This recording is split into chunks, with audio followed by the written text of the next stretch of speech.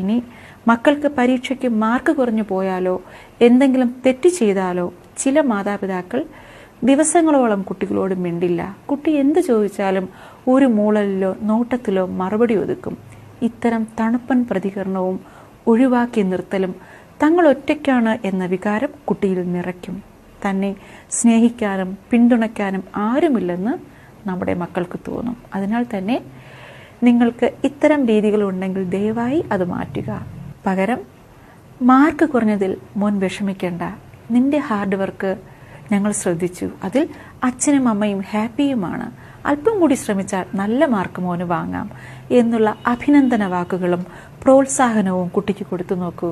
അതിൻ്റെ ഫലം തീർച്ചയായും അടുത്ത പരീക്ഷയിൽ കാണാനാകും. ഇനി ഇത് ഫലം ചെയ്യുന്നില്ലെങ്കിൽ നല്ല മാർക്ക് വാങ്ങാൻ കഴിയാത്തത് മറ്റ് ആരോഗ്യ മാനസിക പ്രശ്നങ്ങൾ കാരണമാണോ എന്ന് നിരീക്ഷിക്കുകയും ആവശ്യമെങ്കിൽ കുട്ടിയെ ഡോക്ടറിനെ കാണിക്കുകയും വേണം. രണ്ടായിട്ട് തന്നെ നമ്മുടെ മക്കളെ കാണണമെങ്കിൽ, കാരണം അവർക്ക് എന്ത് വിഷമം ഉണ്ടെങ്കിലും അവർ വേണ്ട, നമ്മുടെ അമ്മയോടോ അച്ഛനോടോ അല്ല, നമുക്ക് കുറച്ചും കൂടെ കംഫർട്ടബിൾ ആയിട്ടുള്ള സ്പേസ് വേറെ ആൾക്കാരോട് ഷെയർ ചെയ്യാം എന്നൊരു സെക്കൻഡ് തോട്ട് അവർക്ക് വരാൻ പാടില്ല. അവർക്ക് എന്തുണ്ടെങ്കിലും എന്ത് പ്രശ്നം വന്നാലും അത് നമ്മുടെ പാരന്റിനോട് തന്നെ അമ്മയോടോ അച്ഛനോടോ പറയാം എന്നുള്ള ഒരു ഉത്തമ ബോധ്യമാണ് നമ്മൾ കുഞ്ഞുനാളിലെ നമ്മുടെ മക്കൾക്ക് കൊടുക്കേണ്ടത്. എന്തുണ്ടെങ്കിലും